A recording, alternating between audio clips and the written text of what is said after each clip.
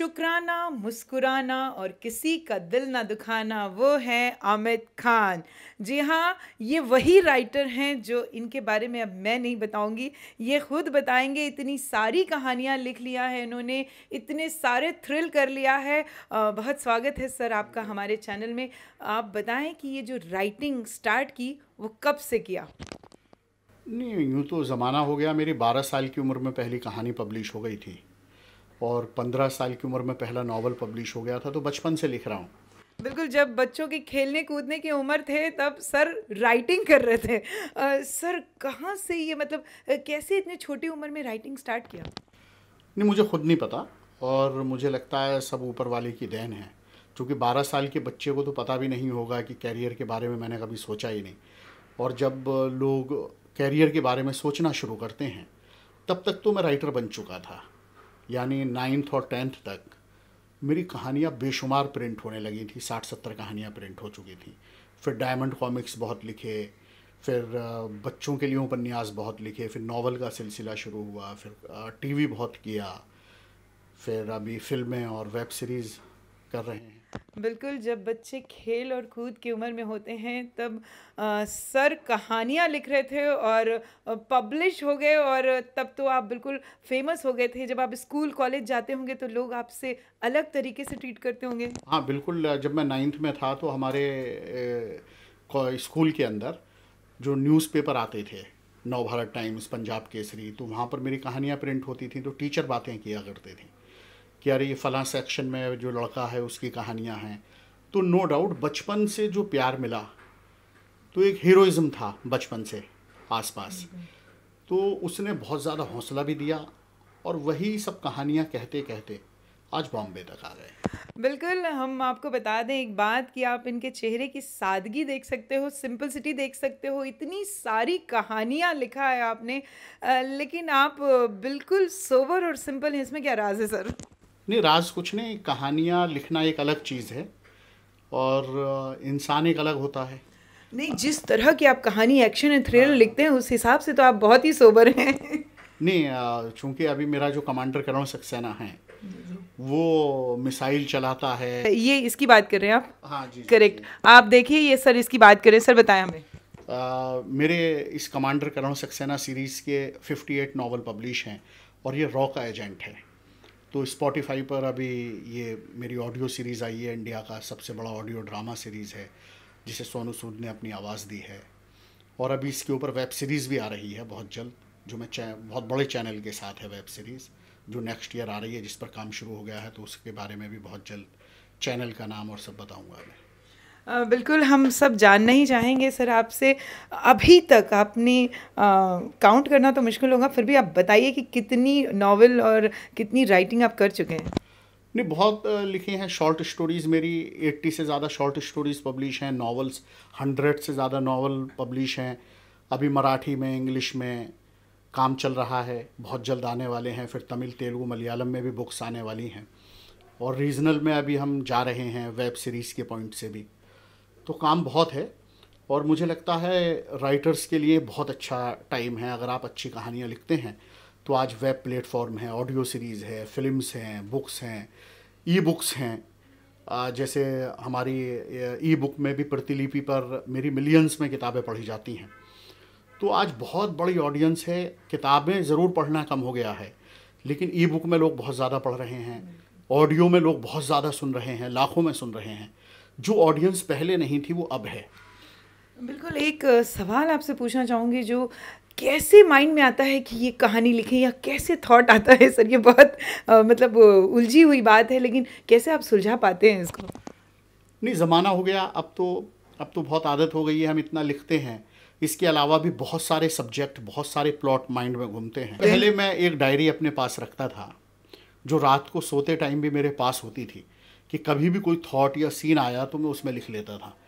अब डायरी की जगह मोबाइल ने ले ली है, तो उस मोबाइल में मैं कोई भी पॉइंट आता है तो फ़ौरन उसमें नोट कर लेता हूँ। बिल्कुल, ये राइटर्स की जो दुनिया होती है बिल्कुल अलग ही होती है। उनके थॉट कुछ अलग ही होते हैं, क्या चलता रहता है।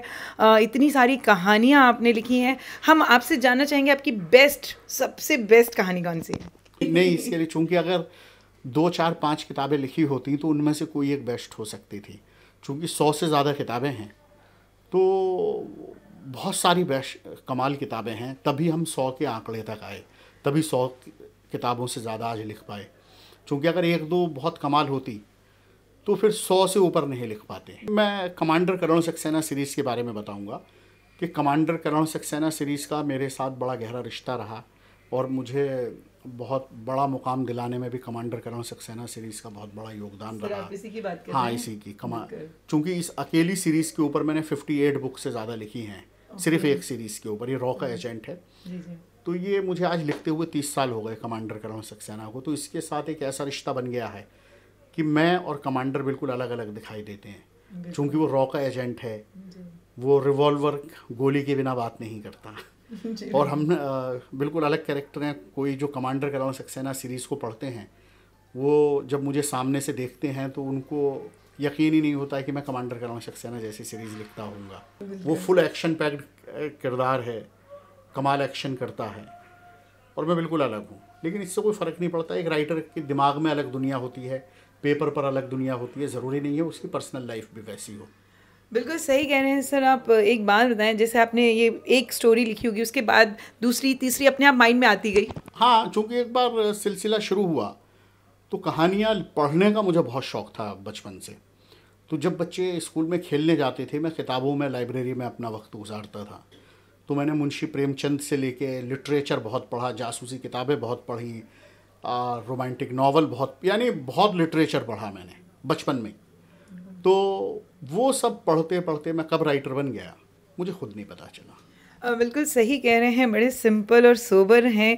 हमें बताएं कि अभी हमने सुना है कुछ एकता कपूर के साथ भी कुछ प्रोजेक्ट चल रहा है आपका? नहीं, मेरी बहुत हिट वेब सीरीज़ है बिच्छू का खेल, जो उन्होंने बनाई है। बिच्छू का खेल ये इसी बुक के ऊपर ये बेस शो है। जी बिल्कुल, हाँ, आप इसकी बात कर रहे हैं। जी जी। आप देख सकते हैं एकता कपूर ने सुपरहिट वेब सीरीज़ बनाई है इसमें। सर, इसके बारे में हमें बताएं। नहीं, मेरा कोई 26 साल पुराना नावल है ये 26 साल पुराना नावल है और ये तो रीप्रिंट है। ये 10वां या 12वां एडिशन है अभी तो जो हाथ में। ये तो बुक भी फिर पब्लिश हुई जब शो बन गया, क्योंकि इसके कवर पर दिव्येंदु और सब आए। जी बिल्कुल बिल्कुल। तो ये तो लेकिन 26 साल पहले लिखा था मैंने ये नावल। ये नावल आपने 26 साल पहले लिखा था? 26 साल पहले लिखा था। और जब मैंने एकता को सुनाया तो सिर्फ 1 लाइन सुनाई जो उन्हें कमाल पसंद आई। और अभी उसके बाद वो 4 और वेब सीरीज़ बना रही हैं मेरे बुक्स के ऊपर।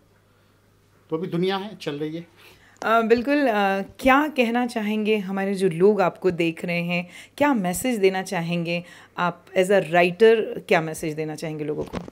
मैं राइटर्स को सबसे पहले मैसेज देना चाहूँगा कि जो राइटर्स आज बुक्स की दुनिया में, वीडियो में आपके या ऑडियो प्लेटफॉर्म पर सब जगह अच्छी कहानियों की ज़रूरत है।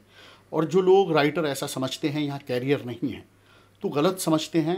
अगर आप एक अच्छे राइटर हैं, अच्छी कहानियाँ लिखने की काबिलियत आपके अंदर है तो ये कमाल दुनिया है जहाँ पर आज सारे प्लेटफॉर्म आपके सामने ओपन हैं। तो बेहिचक आइए, कैरियर के पॉइंट से आइए यहाँ बहुत।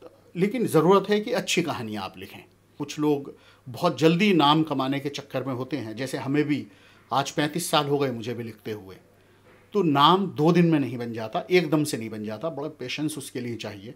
ये अल्लाह का जो बहुत बड़ा निज़ाम है वो है। सर हमारे साथ बैठे हुए हैं। 9 साल की उम्र में कौन ही किताब लिखता है या कौन ही पढ़ता है, ये तो बहुत ही यूनिक बात है। सर, इतनी सारी बुक्स आपने लिखी हैं और भी कुछ प्रोजेक्ट जो आ रहे हैं उनके बारे में क्या कहेंगे? नहीं, बहुत सारे अभी नावल हैं वो तो लिख ही रहा हूँ। अभी बहुत वेब सीरीज़ बन रही हैं और फिल्म्स के अभी कई बुक राइट मैंने दिए हैं, फिल्म्स के भी जो बड़े प्रोडक्शन हाउस बना रहे हैं। तो बहुत जल्दी उनके नाम अनाउंस करेंगे। लेकिन सबसे पहले तो कमांडर करण सक्सेना और मेरे रीटा सान्याल सीरीज़ है जिस पर बहुत बड़ा वेब शो आ रहे हैं, 2 वेब शो, और नेक्स्ट ईयर ही आ रहे हैं। अभी उन पर काम शुरू हो गया है, बहुत जल्द नाम अनाउंस करेंगे। चूँकि चैनल के साथ एग्रीमेंट्स की वजह से नाम नहीं बोल सकते अभी। सर, कभी आपको ऐसा नहीं लगा कि एज अ प्रोड्यूसर या एज अ डायरेक्टर अपनी लिखी हुई कहानी बनाएं आप? नहीं, मैं कर रहा हूँ वो भी। अच्छा, वो भी मतलब ये भी कर रहे हैं। हाँ। सर, उसके बारे में भी कुछ बताएं हमारी जनता को। समय आने पे, चूँकि मुझे लगता है पहले से बोलना कभी अच्छा नहीं होता, तो जब प्रोजेक्ट आएगा तो उससे पहले हर हालत में पता चल जाता है। आज बहुत बड़ी दुनिया है, मैं नए राइटर्स के लिए बोलूँगा, वो आइए, आप देश के किसी भी कोने में हैं तो बॉम्बे नो डाउट बहुत अच्छा जगह है। मैं भी जब आया था, मेरा फिल्म इंडस्ट्री में कोई क्रेज़ नहीं था, कभी नहीं रहा फिल्म इंडस्ट्री में। मैं जब बॉम्बे घूमने आया और मैंने फ़िल्म साइन कर ली थी और फिर आहिस्ता आहिस्ता चीज़ें बनती चली गई। तो मुझे आज लगता है कि अगर कोई भी क्रिएटिव आदमी है तो उसके लिए बॉम्बे बहुत ज़्यादा ज़रूरी है इंडिया के अंदर, चूँकि यहाँ पर एक कलाकार को सही मायनों में, आप अपने अपने शहर में हैं अगर, तो वहाँ पर आदमी आपसे पूछेगा कि आप ये किताबें लिखते हैं लेकिन काम क्या करते हैं, आप कहानियाँ लिखते हैं, आप काम क्या करते हैं, आप एक्टर हैं तो आप काम क्या करते हैं। लेकिन यही वो शहर है जहाँ पर आपसे कोई सवाल पूछने वाला नहीं होगा, चूँकि यहाँ पर जो कलाकार हैं वो बहुत पैसा कमाते हैं और उनकी अपनी एक बहुत बड़ी दुनिया है। तो यहाँ पर आने के बाद आपके अंदर वैसी एक कॉन्फिडेंस आ जाता है। तो मैं राइटर्स से बोलूँगा, ख़ास तौर पे राइटर को फोकस करके, कि आप पहले अपने शहर में जहाँ भी हैं, जिस शहर में भी हैं, वहाँ पर आप कमाल काम कर सकते हैं। मैंने भी गाज़ियाबाद के पास छोटा सा कस्बा था पिलखवा, वहीं रहते हुए मेरी बेशुमार किताबें आई हैं, तो मैं नाम तो वहीं बन गया था। तो अगर आपका टैलेंट आपके अंदर है तो आपको किसी शहर की ज़रूरत नहीं है, किसी लैंग्वेज की भी, सिर्फ कोई भी आप जिस भाषा में भी काम करते हैं उस भाषा में अपना काम कीजिए, बहुत कमाल काम कीजिए, तो फिर तो आपके लिए पूरी दुनिया खुली हुई है। आज ट्रांसलेशन है, सब चल रहा है, तो अभी कुछ भी प्रॉब्लम नहीं है। जो फिल्में बन रही हैं वो भी डबिंग है। असली चीज़ है आपका कंटेंट बहुत कमाल होना चाहिए। नए साल की सबको बहुत बहुत शुभकामनाएं और सबका साल अच्छा रहे, ये बहुत ज़्यादा ज़रूरी है। जी, ये थे अमित खान। जी हाँ, बहुत ही सिंपल और बहुत ही खूबसूरती से हमारे सारे सवालों का जवाब दिया है, बहुत सादगी से, और बहुत कुछ कर रहे हैं और आने वाले समय में प्रोड्यूस भी करेंगे और डायरेक्ट भी करेंगे, जो हम आपको ज़रूर बताएंगे। आज और अभी के लिए बस इतना ही। मुंबई और मुंबई के आसपास की खबरों के लिए देखते रहिए टॉक विद तमन्ना। बहुत शुक्रिया sir, thank you so much.